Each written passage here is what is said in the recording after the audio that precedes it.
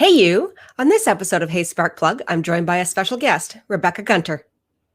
So, welcome, Rebecca. I'm so thrilled that you are here with me today. This is fantastic. As I said in my intro, I was explaining a little bit about your background and kind of how I came to meet you. And I was just wondering, though, if you could just give my audience a little bit of a who are you and why are you so wonderful? Oh, wow. Why am I so wonderful? Thank you. Hi, everybody. I'm Rebecca Gunter. I'm hailing to you from the East Coast of the United States in Annapolis, Maryland. I've been in the DC area for the last 20 years, under which I have undergone entrepreneur by baptism by fire. I've spent the last 25 years crawling through the glass and developing my own business concepts, some of which failed, some of which haven't, and learning lots of valuable lessons along the way. I started out as a restaurant person and used the tools of hospitality every day in my own business. I think everybody should wait tables at least once in their life. And then moved on to my own iteration as operations support for independently owned restaurants and food startups who have no money to spend on that kind of thing. So that didn't really work.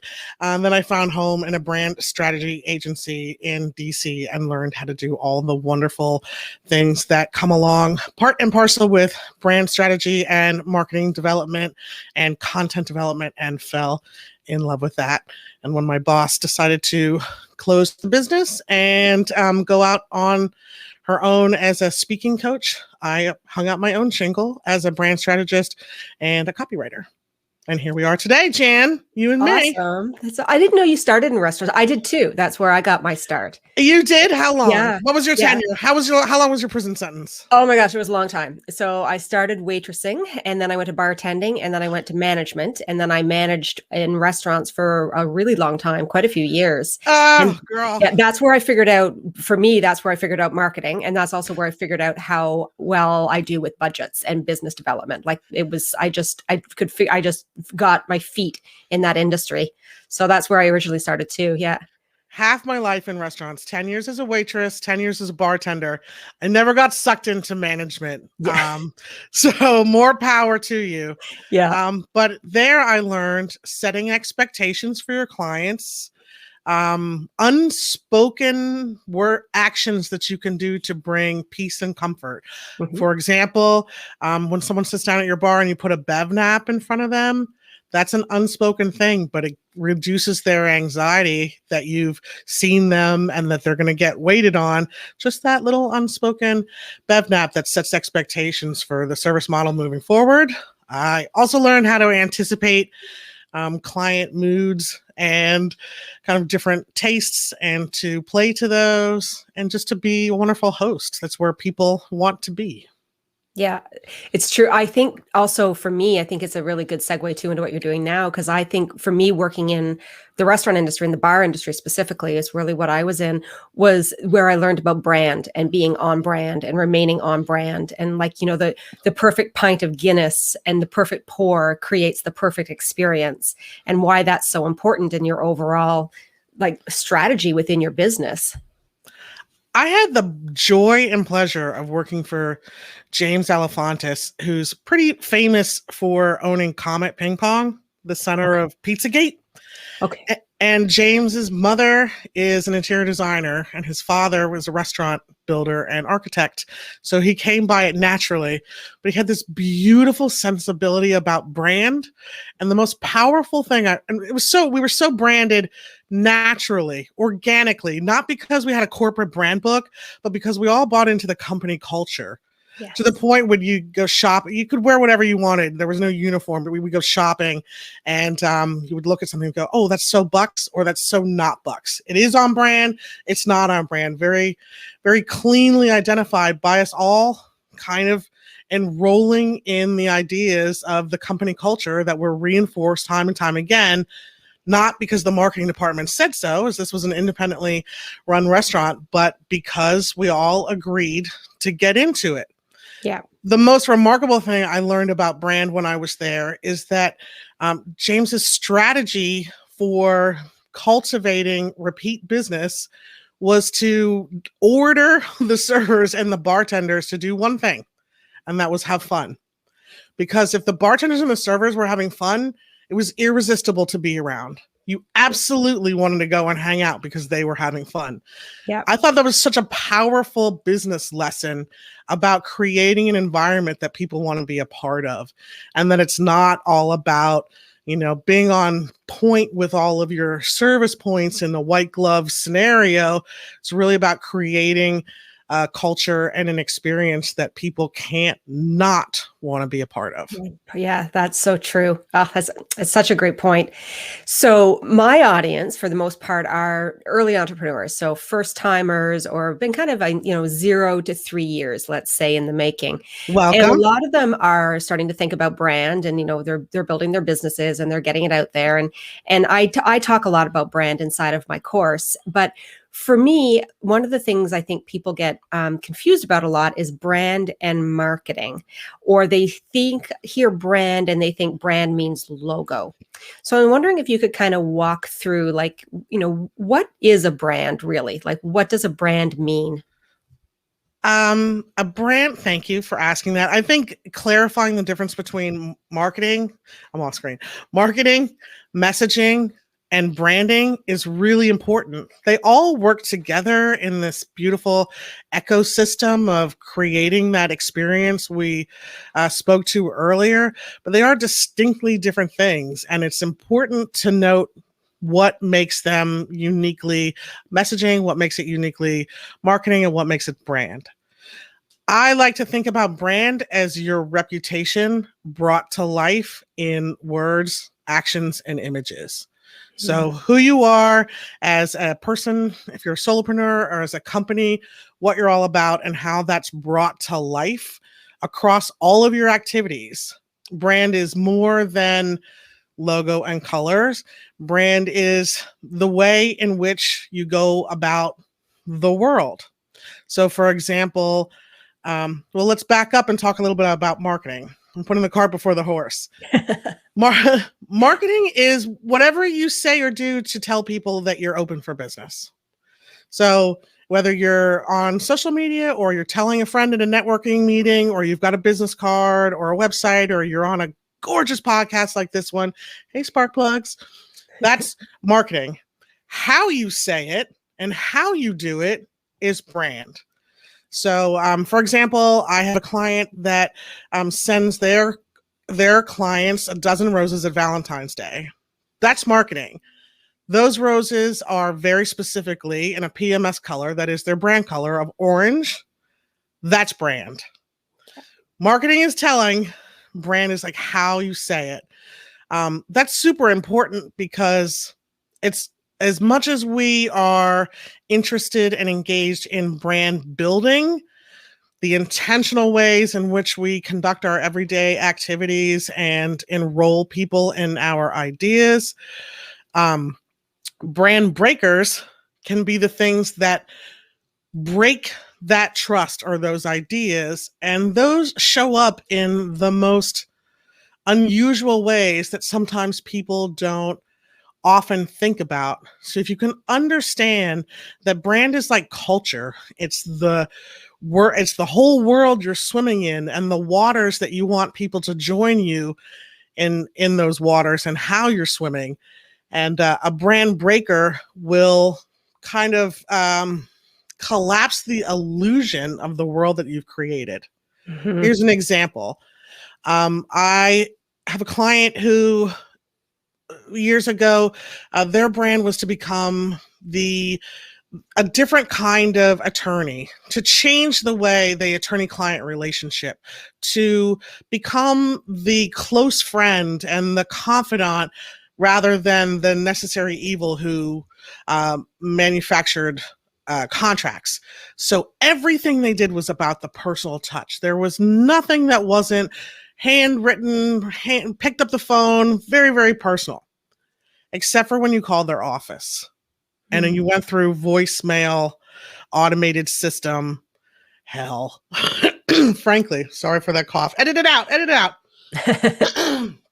Except for when you called the office and you went through call center nightmare, which was so dramatically impersonal, that's a brand breaker.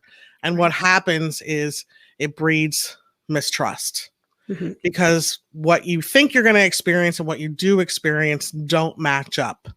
So if your website is very formal language, no contractions, very the tone is informational and professional, and then you go into the office and everybody's relaxed and on beanbag chairs and hey, cool, and the music's playing, it doesn't make sense to people. So it's important to think about brand as like a golden thread that goes throughout all of your activities. And then to messaging, No, go ahead. No, keep going. Yeah. And then to messaging, those are the ideas that we want to communicate throughout our activities, whether throughout marketing activities, meaning that we say them, and branded, meaning how we say them and how we communicate those things. So I'm starting out for the first time and I have my business kind of developed and I'm ready to take it to market. And I'm kind of like, I need to like start showcasing it. What of those three things should I start with? Like, where's someone who's new and doing their business planning? Should they be starting thinking about marketing first or brand first or messaging first? Is there an order or is it all encompassing? It should all happen at the same time. Ask a teacher how a watch works. Ask a teacher what time it is and they'll tell you how a watch works. Right. For me, it's all about brand. Yeah. Because you're going to market regardless, I'd like to have some intention about how and what you say before you start saying it. So I start everything, no matter what. I won't do a single project without positioning you in the business arena by answering the following questions. Who are my people? What do they need? Who am I? What do I deliver? And why am I different, special, or the one? Those are questions that form a brand. So if you can answer those questions, when it comes to marketing, the marketing writes itself. Many people start marketing and then worry about brand, but then they've been talking for a really long time, just kind of throwing spaghetti against the wall and seeing what sticks. Brand is the intention. So for me, that's square one. That doesn't mean it can't evolve. Yeah. You can still evolve your brand. It's not set in stone. It's a living organic thing, but it informs what you're going to say and how you're going to say it. So I wouldn't write a website before doing a brand development. I certainly wouldn't come on a podcast without doing brand development first. Yeah, no, it makes a lot of sense. Like, I think, again, there's that belief out there a lot that your logo is your brand. And I always say to my students, like, that's the last thing that you should be creating. And I wonder how, like, that you need to be thinking about all the other things before you get to the logo creation so that what you're making and my feelings should align with who you are and what you're representing. So, do you follow that as well, or do you think, where does logo sit in the whole scheme of things with you and in how it connects to brand? A logo is your look and feel. That's what it is. It's the wallpaper. Yeah. When it is effective, it communicates several different messages at one time. Colors communicate something. For example, the blue behind your wall, the safety, I would call it bank blue. It's safety and security. So when I see that, I think, I'm safe in this space and I feel secure. So colors communicate something. The way that a font is stylized will communicate something. Is it capitalized and block? Is it serif? Is it not serif? Is there an ampersand? Do we have, a graphic that's going to lead us to an idea? If you don't know what your brand is, you're guessing at what that logo should communicate. So in essence, you're kind of buying something off the shelf. Even if you get a custom, beautiful logo done by a graphic designer, if you haven't done a lot of deep thinking about what your brand is first, you're just kind of buying something off the shelf, and it's never going to be as effectively powerful as if you had approached that graphic designer with a brand in mind first. And then the graphic designer can use those ideas and translate them visually so that your logo is on brand. You can have a logo without really being on brand, if that makes sense. Yeah. Yeah, that makes complete sense. Like, I think we've all seen that. Like, everybody has seen something where you look at it and you're like, huh, like, why did you choose that? Like, you're talking about things being misaligned, where it's like, again, it really does matter so much that what you're thinking about, I think, with brand development is what is a reflection of your business. It's what you're known for at that point. It's your reputation brought to life. Mm-hmm. So what is your reputation, and how do you want to live it? And how do you want to reinforce those ideas day after day after day with your actions? I consider myself a hospitality brand based on all of that, which means everybody gets a handwritten card when you sign on with me, which means when you sit down with me, you have my full attention. I set your expectations. I make you feel comfortable and at home. That's a hospitality brand. If I did not do those things, then I'm really not living my reputation as being someone who people want to be around, feel safe with, understand, my energy, etc., because my logo should communicate that, and my everyday actions should communicate that throughout, like I said, kind of weaving a golden thread throughout your day-to-day operations and who you are to keep reinforcing that reputation. You want to be known for one. I mean, of course, we all have a lot of hats that we wear and have talents, but essentially you've made it in branding if people know what you do like that. Yeah. Instantly recognizable. You've got a reputation for it. Then you've got the great brand gravitas that you're looking for. And you start in that beautiful transition in your business where you're not seeking clients as much as people are seeking you out. And that, my darlings, is a beautiful moment. Yes, it is. That's what we all strive for, is that moment of, you hear someone's name and they're like, oh yeah, they do this, or, oh yeah, I know them. Or like, there's just an immediate association with the name. And there's in the reputation of it. And that comes from reinforcing consistent messaging and being intentional about your brand development way beyond your look and feel, what your colors are. Yeah. Yeah. So you talked before about positioning, and I think we just want to go back and talk about that a bit, because I hear people talk a lot, some like in the market space right now, where they're talking a lot about they call them benefit statements, or they're using terms like that. And when I hear what they're talking about, I'm like, that's a value proposition. And in my course, I talk about value proposition, and I also talk about positioning statement. And I always get the question from students, what's the difference? Like, what's the difference of the two? And what am I supposed to do with a positioning statement? Like, what am I supposed to do with it? So can you talk a little bit about positioning statements and what you're supposed to do with them?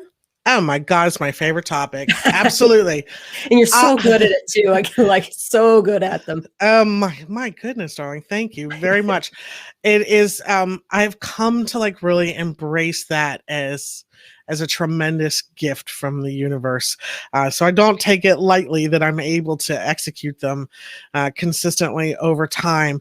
It is a skill that people can get better at over time. So I encourage folks to practice the formula. Now, the difference between a value proposition and a positioning statement, I mean, honestly, Jan, I could be looking to you and your business acumen to help me understand a value proposition just a little bit better. But my interpretation is what a positioning statement offers that a value proposition doesn't offer is a because only element. Why you? Why this work? Why are you different? Why are you the one? And it usually comes down to unpacking why this work inspires you or why the world needs it, more than just okay, my clients are X and their needs are Y and I deliver Z and it solves the problem. Yay. Mm-hmm. The because only is what we hang all of our hopes and dreams on. It's the reason people hire us, because making money matters.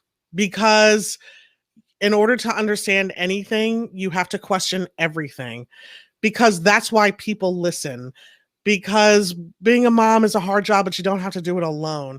These are the becauses that allow you to build a brand around something much bigger than yourself. And in fact, it's the only thing that someone can't replicate. Mm-hmm. So when folks come and be like, my differentiator is that I've been in business for 25 years, or my differentiator is that I'm cheaper than other people, or my differentiator is because I have X, Y, and Z worth of experience. those aren't differentiators, because anybody can come behind you and be like, I have 26 years, so I trump you. Or, I'm $1 cheaper, so now that's not your differentiator. I want to encourage people when they're positioning themselves to really go deep on what that why is. And it usually has something to do with a strong personal connection to the work or to a change agency that you want to see in the world. So that's to answer your first question, which is the difference between a value prop and a positioning statement, I think. But I'd love to hear your opinion on that. Yeah, so I agree with you fully. And I think with a value proposition, it's face forward messaging. So it's literally what's on your website, and it's explaining to your customers why they want to do business with you and the benefit you provide to them. And it's just a single sentence. That's the who, the what you do, and the benefit to the customer. And that's what essentially is.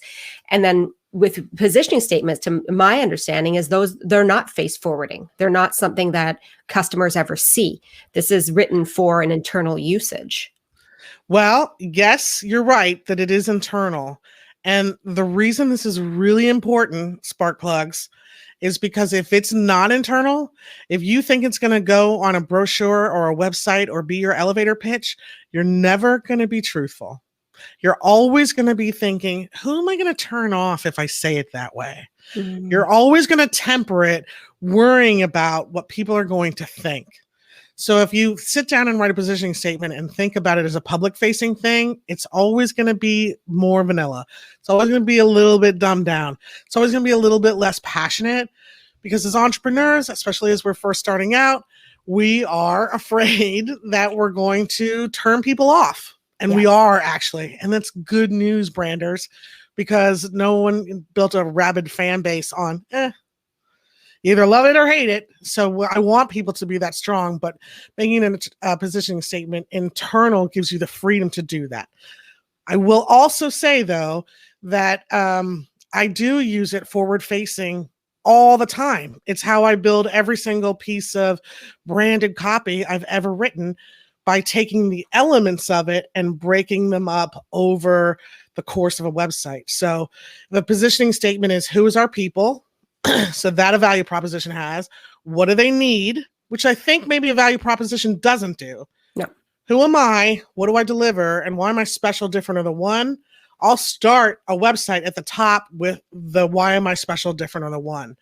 Then I'll go into who are my people and what do you need? Then below the fold, it's what do I deliver? And then the end of it is value.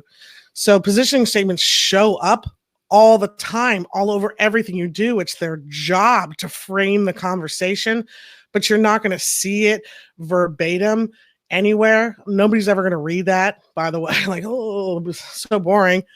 It's elements that answer all of these questions and tie them together to create this beautiful kind of like star map in the marketplace. And it'll show up in the way that the language is illustrated, particularly if you have a very strong because it really becomes your tagline very quickly. Yeah. Yeah, that's true. Yeah, I think the way I see them being different, is again with a value proposition. It's you're leveraging yourself in your customers' minds, and with the positioning statement, you're leveraging your mind first and then translating that to your customers' minds. So I feel like that's really where the foundation of your brand is built off of that. So and I think that's why it's so incredibly important you need to know who you are, so you know how to be able to bring that to the world. And I think also thinking about what your customers need. Yes. Not just like, for people who need a website. People don't go to a website designer because they need a website. They need a digital footprint to showcase, their new enterprise, or they need a way for people to understand and learn about them, or they need, a platform for their original thoughts and ideas. I encourage folks to go deeper in what people need beyond like, oh, I need a haircut. For women who need haircuts, so-and-so is the hairdresser that does the thing. It's like for women who need to feel great in their skin. That's the deepness of like what people really, really need. And when you can get to that level of of depth and understanding about your client's journey and what they're really trying to get after, providing solutions to get them there becomes way easier. Mhm. It's leading from the client first, and then figuring out how your magic is going to satisfy that market desire in a deep, meaningful, and intentional way. It's just more than the surface of like, well, I sell microphones. Yeah. Why do you sell microphones? Well, my people need good sound quality. Why do they need good sound quality? Well, because they're on amazing podcasts like this one. Why are they on podcasts? So to keep getting deeper and deeper until you really understand the journey of your customer and can meet them where they are in the way that you do it, which is brand. Yeah. That's so true. Yeah. I learn so much every time I talk to you.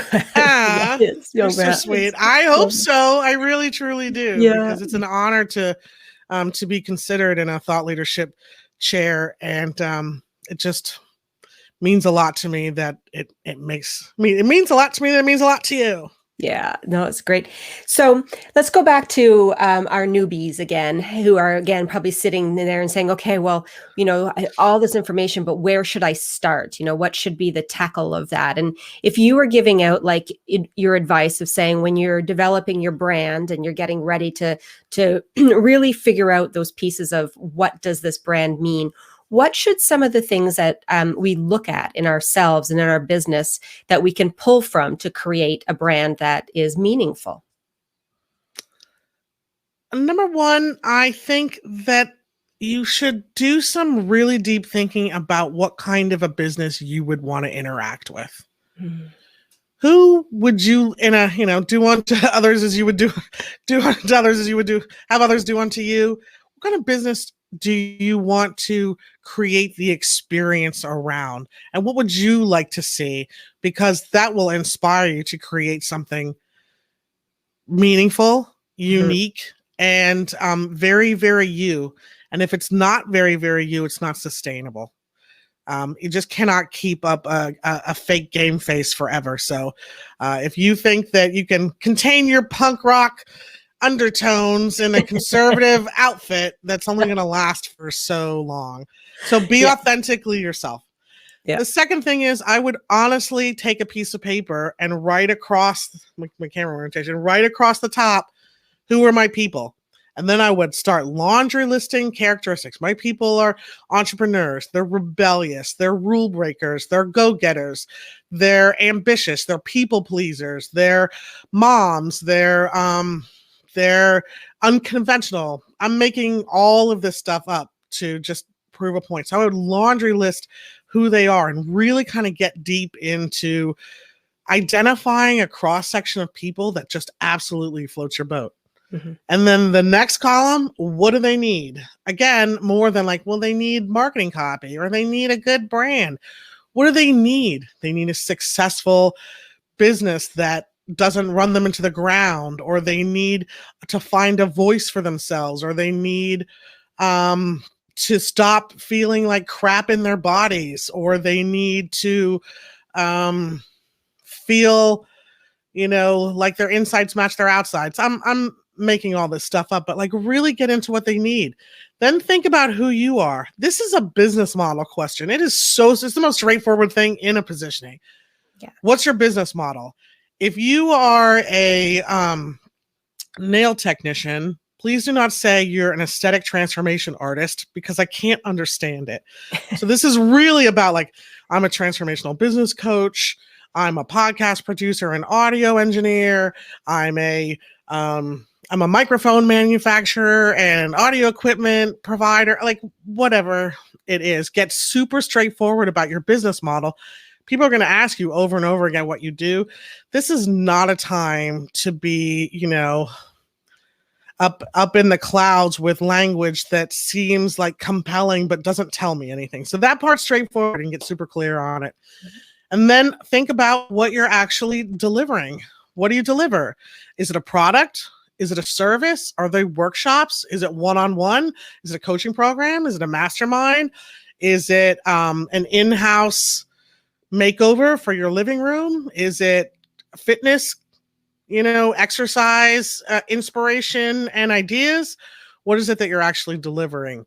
So I would also laundry list all of that out and try and get some sort of synergy around those things. I don't want to see like an accountant being like, okay, we do tax prep, but it's about, an accountant is about financial preparedness. An accountant is about being future-proof with your numbers. An accountant is about peace of mind for just knowing where you stand in the world. So think about how you deliver those things. Mm-hmm. And then again, the final piece, why? Why am I the one for this work? That's the hardest thing for people to do. That will take the longest amount of time. Most people, especially entrepreneurs, as they're first starting out, can't articulate why they're special. They've been swimming in their secrets and their special sauce for so long they don't even see it as a uniqueness. Yeah. Oh, you don't mean everybody can write like that? You don't mean everybody can see, a haircut before I even pick up the scissors? Not everybody can just design, a sustainable 4-season food garden that eliminates the grocery store. Not everybody can just do that. So you have to really kind of get deep into what makes you special and, suspend your disbelief of being an imposter for 30 seconds and get real about who you are. That's where I would always start. That's going to shape the way you talk about yourself moving forward and the way people start to associate who you are with what you do and where you sit in the general marketplace, so that you can take the mini reputation you're starting to build and reinforce it over and over again until you're known for it. Yeah. So I want everyone who has listened to rewind to that, everything that was just said, get a pen, get a piece of paper, and take notes on that, and then listen to it again. So, because that was just gold right there. That was amazing. One of my questions that came up from my head though about that is another one of the things that I see a lot of my students and people I work with get really uncomfortable with comes down to the about me section on their website. And it popped in when you were talking about what makes you unique is we just don't like talking about ourselves. Like we just don't. But our about me section is kind of important. It's kind of one of those things that people need to know, like who they're hiring and who they're working with. Do you have any tips for people on how to tackle that and kind of, get out of their own way and their own discomfort with it? Erase hundreds of years of the patriarchy? Yes. It's an uphill battle for women. Yeah.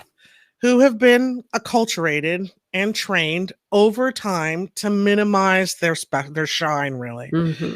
In fact, you're not a good mom if you are talking about yourself and not sacrificing everything for the good of the future generations. We're just not allowed to step into that power in the same way that men are. So I think it's easier for men to write an about section because they're used to kind of giving their resume everywhere that they go. Oh, I'm a skydiver. That's what I do. Oh, I'm an engineer. That's what I do. Mm-hmm. Women are like, well, I have a little side concern and, we're growing a little. We're taught to minimize ourselves. So you're going to have to get over it and be confident in who you are. And if you don't do it for yourself, do it because your future clients aren't going to hire someone who isn't. Mm-hmm. This goes back to think about the kind of business that you want to interact with. If I am approaching a new business and considering a partnership with them and I go to their about section and it's completely minimized, or they're hiding behind, like a company name and not ever really stepping into that power, I don't have anything to connect with. I don't have anything to bond with. So it leaves me just wanting more. And then I start to question, well, are they, in a space that is advanced enough for consider partnership? You're kind of shooting yourself in the foot by playing it small. Mm-hmm. You have to just step into it. Now, here's an easy solution. Just outsource that part. Just hire someone else to write it. If you can't do it, or you're not ready yet, or you just don't have the confidence, or you haven't fully realized your own potential for whatever reason, you're just not grown into it yet. We've all been there. 3 years ago, I had a friend say, I can't wait to see what you're blossoming into. And I was like, this is it. This is what it is. Was it? No, of course not. This is what it is. And 3 years from now, it'll be something different. Mm-hmm. But if you're not there yet, then just hire a copywriter to write your about section. If you can't afford to do it, enter a barter with somebody who will write it for you and you do something awesome for them. I know copywriters who write each other's websites just because they can't get to this place. So outsource it if you have to, just to get that piece done. Yeah. Yeah, that's really good advice. I think that I'm notorious for it. I teach cheap, like keep it cheap, right? Like stay on keep as much money in your pocket as you can when you're first launching and what have you. But I also say, get rid of the stuff that you just can't do, or the stuff that's going to hold you back from being able to make money. And if we get, again, too caught up sometimes in the little things. And I see it all the time with my students too, because one of the early lessons they learn with me is naming their business. So, and they get stuck on this, like they get so down a rabbit hole with like the name of their business. And I'm like, you have 48 hours and that's it. And then you're going to move forward. You got to move forward on some of those things. And it seems to always be messaging or brand or marketing things. Articulation, I think, is really is what is. I can't articulate. Then in your heart what it is, but you just can't seem to articulate it. And then you get frozen in this like perfection paralysis of it. Well, the name is so important. Should I name it after my kids? Should I make it be a made up name? Should it be my own name?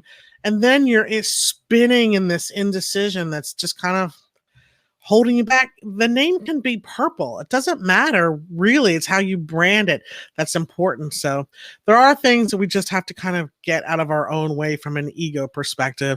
And then there are also things that are just struggling with articulation. Also struggling with stepping into, like, sounds so cheesy, but stepping into your power. Like, a lot of women, myself included, recovering people pleasers that are afraid to be, this kind of bold force doing it their way and commanding a high ticket price for it. It feels like, who am I? Who am I to ask for big money for this thing? Well, you're you. Yeah. And, keep coming with it, but it takes confidence. And when you're in business, the good news is, Sparkplugs, that once you put something out there and you sell it, there's no bigger validation in the world. Put something on the table that you invented and someone picks it up and says, take my money. That validation will grow your confidence to be writing your about section and stepping into your power and articulating your messaging and having a great positioning that really says your why, as you get more and more validated in your business over time. But it is a little bit of the chicken and the egg problem when you're starting out on day one, because you haven't been validated yet. Yeah.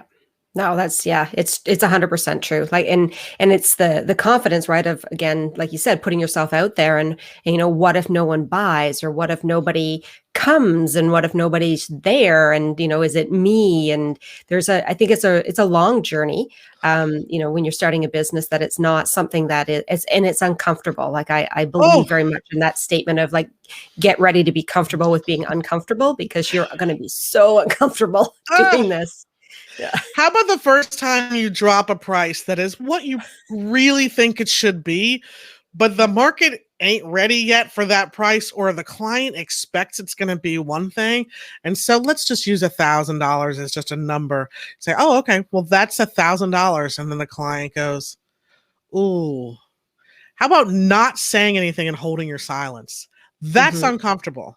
Because their first gut instinct is to be like, well, but for you, I can do 700, or, but, what if I offer you a discount to try and get them to actually buy? That's really uncomfortable. But the moment you step into that and just sit and wait, and then they will, if they like what you're having to, if they like the cut of your jib, as they say, they will find the money to work with you. That chasm of confidence, though, is like a mile deep and an inch wide. But once you leap over it, you'll never look back. Yeah. You'll never look back. And that's another further validation that will help you step into, your brand, which, again, your reputation brought to life. Like, what is that reputation and who are you? You're not somebody who's constantly discounting your stuff because you don't really know if it has value. Yeah, that's true. Yeah. So you do a lot of work with you work not specifically with women. You work with like what's your niche market, so to speak, or I do have some men in my do you? life that I Yeah. work with. Yeah. But generally, it's funny because generally the men that I really like to work with have very strong women in their life as well. So I Mm. guess they're used to or craving kind of being bossed around by a strong, opinionated, mouthy know-it-all. That's me, I guess. But for their own good, of course. Um, that does stand to be in common, but my niche is really folks who are extremely ambitious and Mhm. want to do something different. They want to be instantly recognizable, and they understand that means not sounding like everybody else. So I'm Yeah. really attracted to clients who are embracing not sounding like everybody else, even when that is uncomfortable. Yeah. And I think, I mean, that's so true. And I'm going to say like full like credit here. I'm seeing it in myself lately that I've been seeing that like my voice is not necessarily shining through the way that it should be. And I think sometimes when we start businesses, and again, that being uncomfortable, we sometimes tend to look at people that we're kind of in the space that we really admire and we emulate a little Mhm. bit more than setting out and saying like, okay, well, I'm going to be me. I'm going to plant my flag and be myself in this. And I feel that's really common. When people first start out, that we all kind of slip into that. It's Guilty. easier to, yeah, I'm, good. I'm guilty of it myself. Yeah. Absolutely. Yeah. I'm gonna come out here sounding like a quirky copywriter for hire, and people pay for that, so that's gonna have to be successful. However, that doesn't build a reputation for you over time. And I think it's just the natural evolution of business. We go out there, we start emulating some other people. If I can at least look like that, that's going to give me enough of a foothold to hang out my own shingle, command a price, start my business iteration, and go from there. But eventually, I would say like 2 years, 3 years into your journey, you start to understand that what you have is a poorly developed brand because Mhm. it's just kind of a carbon copy of something somebody else has done, and everybody else is carbon copying that person too. So now you kind of get lost in this sea of voices that are all starting to sound the same. If Mhm. you want to avoid that pitfall, do positioning right away. Yeah. Your messaging is not going to sound like everybody else because it's uniquely you, and you can use that to lean on until you feel comfortable enough to develop your brand in a way that is uniquely you and not just kind of a decent replica of what other people in the marketplace are already doing. Yeah. We all start there. You have to see it to be it, and that's what we see, so that's what we be. But eventually you figure out, hey man, if I want to be known for something and I want people to seek me out rather than seeking out my clients, I'm going to have to come with something that's instantly recognizable, and I can't look like a carbon copy of Tim Robbins. Yeah. Yeah. That's so true. Yeah. Yeah. Well, I see a lot now, like the new thing that I'm seeing coming out is you caught me when you said like the quirky copywriter stuff, where I'm seeing a lot of people coming out in like specifically my space and they're sounding the same. Like it's kind of like you can't really tell them apart where the messaging is looking the same and the things are, and there's a lot of, like they're dropping the F-bombs and emails and they're like, it's like this very I'm no hold barred approach to things. And I'm kind of like, I always look at it and I'm like, well, where you got to hold a bar somewhere. Like at some point you got to hold something. I mean, they all look the same. Yeah. I'm on a lot of copywriter lists just to, stay on top of it. And the school of thought about these long form narrative, pull back the curtain on your own life, trend right now, I think is a valid way of expressing yourself, but every single person is doing it. Yeah. It's like a scrolling just paragraph after paragraph. My husband and I were at the amusement park the other day and I ordered a chocolate milkshake and I didn't get a chocolate milkshake. And I thought to myself, this is indicative of how business works. Like it's just like you're forcing yourself to do this kind of like casual, close friend communication style that Yeah. maybe is just more noise, people. It could just be more noise. Now, if that's how you always talk and you're always like, I like to start off with a story, and that's how you always are, then continue to be that. But following kind of these following trends and like thinking that that's the next best thing that's really going to get you noticed, eventually in the zeitgeist, everybody thinks it's the next best thing that's going to get them noticed. And then they all start to sound exactly the same. Yeah. It just takes practice and tenacity and longevity and validation to own your own voice and be unapologetic about it. I mean, I'm a copywriter. I should love 2,500 word emails that go on and on and on and spin a yarn. I actually don't like them at all. I like to the point, like, oh, you have a course? Fantastic. Oh, you're selling a product? Great. I'd like to know that. Oh, you're on an affiliate program for this other thing I should check out? Fabulous. That's me, though. Everybody, there's a different reader for every type of email. Experiment with it and see what resonates with your audience. I just encourage you to be yourself. And just, if you have to sit there week after week with your content and be like, oh, I need a blog post this week. Maybe I'll talk about how my dog walker, has trained my dog to sit, and now I'm going to train my client using the same method. I don't know. I'm making all this up. But if you have to really struggle to constantly find stories to tell, they're going to start to feel inauthentic and kind of whitewashed over time. So I encourage folks, just be yourself, write things that really resonate with you, write things that really stick with you, and pay attention to what your audience is responding to. If they love the long form, then keep going for it. Pepper your communications and play around and see what feels right to you and that they're responsive to.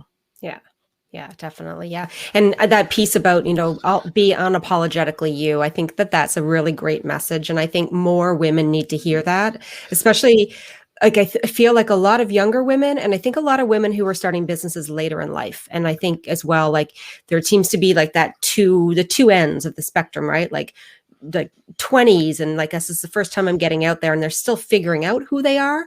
And then people who are later in life, like pretty know who they are generally, but it's kind of, again, it's like stepping out of your comfort zone and your corporate life. You might have retired at this point, and now you're like, I'm going to do finally what I want to do.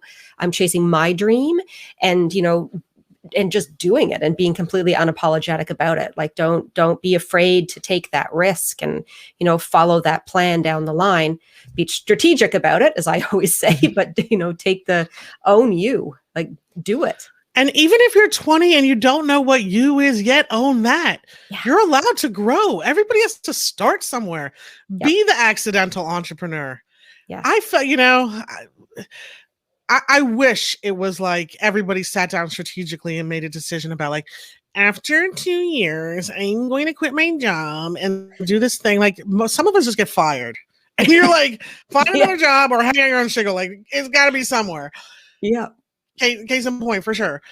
Yeah. Just it's okay to be starting somewhere. It's okay if you don't exactly know who you are yet. Be real about that. Y'all, I'm figuring this out at the same time you are, but we're on this journey together.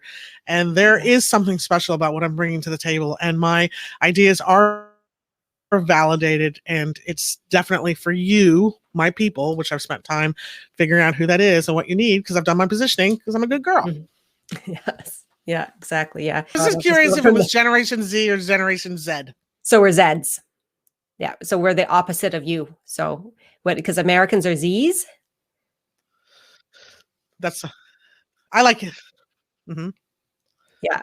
I like it. We have we're the same as, it's the same as Britain. So it's the same, like we follow the same rules. We have the U's and everything as well. Like color is COLOUR. And that's the way we are. So it's, yeah. It's got a lot more energy than Generation Z to me. Yeah, there you go. Yeah. So if leave me with one last piece, like the one thing, so you could send out to my people that they should know, and like a piece of encouragement or a piece of wisdom or something that they could focus on to as they go forward trying to build these dreams of theirs. What would you drop? What would you say? Like, focus on this or be this or do this. Trust yourself. Trust yourself. You know what to do. Look, there's business acumen that can be, obviously, we can all get better at skills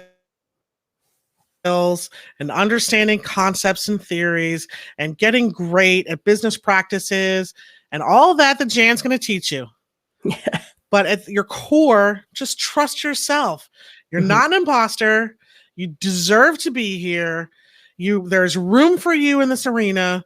It is not a competition between you and somebody else. I promise you that. There's plenty room for all of us. We can make plenty of pie.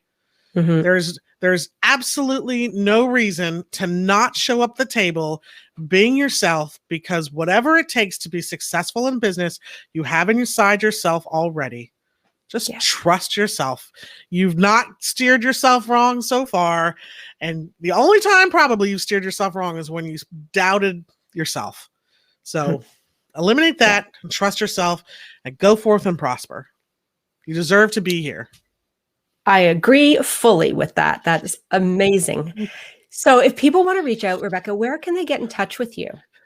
You certainly may. I would be so delighted if you would.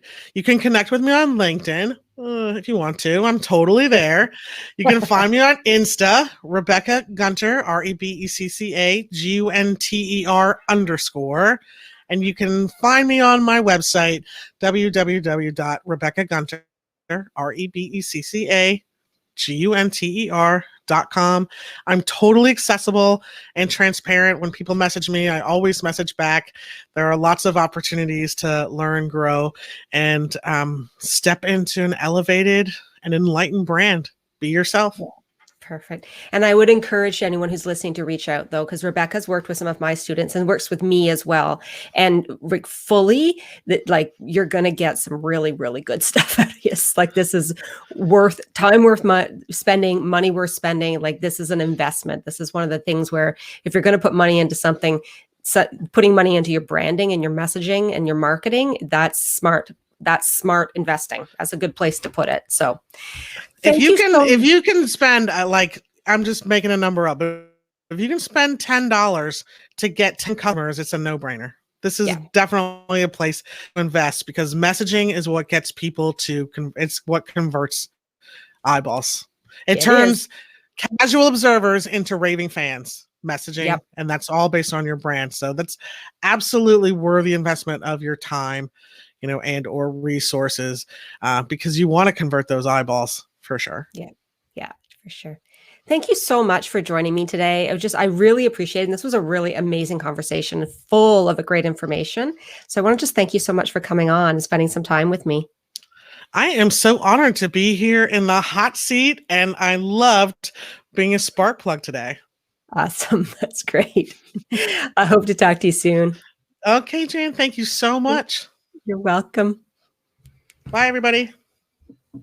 So I really hope you enjoyed that conversation as much as I did. I think Rebecca's amazing. And to have that depth of knowledge come in and talk about really the importance of branding and positioning statements, like, listen, take notes. It was fabulous. If you want to know more about Rebecca, you can reach out to her on Insta at RebeccaGunter_. You can find her on LinkedIn as well, and also on Facebook, and also on the net. So does anyone ever say the net anymore? I just said the net. I'm dating myself too much lately. Anyway, super exciting. Thanks so much, Rebecca, for joining me. I had such a fantastic conversation with you, and I really hope you do find some time to reach out and set up a time to chat with Rebecca. It will definitely benefit your business. So super great. I'm just closed doors to Side Hustle Academy for the last time. I have my new students joining me. We start next week. I'm thrilled about it. I can't wait to see these businesses get off the ground. And really such an incredible array of women coming in with such powerful businesses. Like these are we're going to rattle some cages and change some things type of businesses. It's exciting to work with that. And if you're still thinking about, is this the time for me? Do I want to start a business? Or I've been playing with one as a bit of a side hustle and I want to get more serious about it. why not join me inside my free group Hustle? And you can gain access to it just by going to janditchfield.co/community, and it'll let you right into my group. I'm there live every week talking about business coaching, mindset, habits, do some Q&A, do a little bit of hot seat coaching as well. It's a really great community full of amazing women. So why don't you come over and find a spot for yourself there?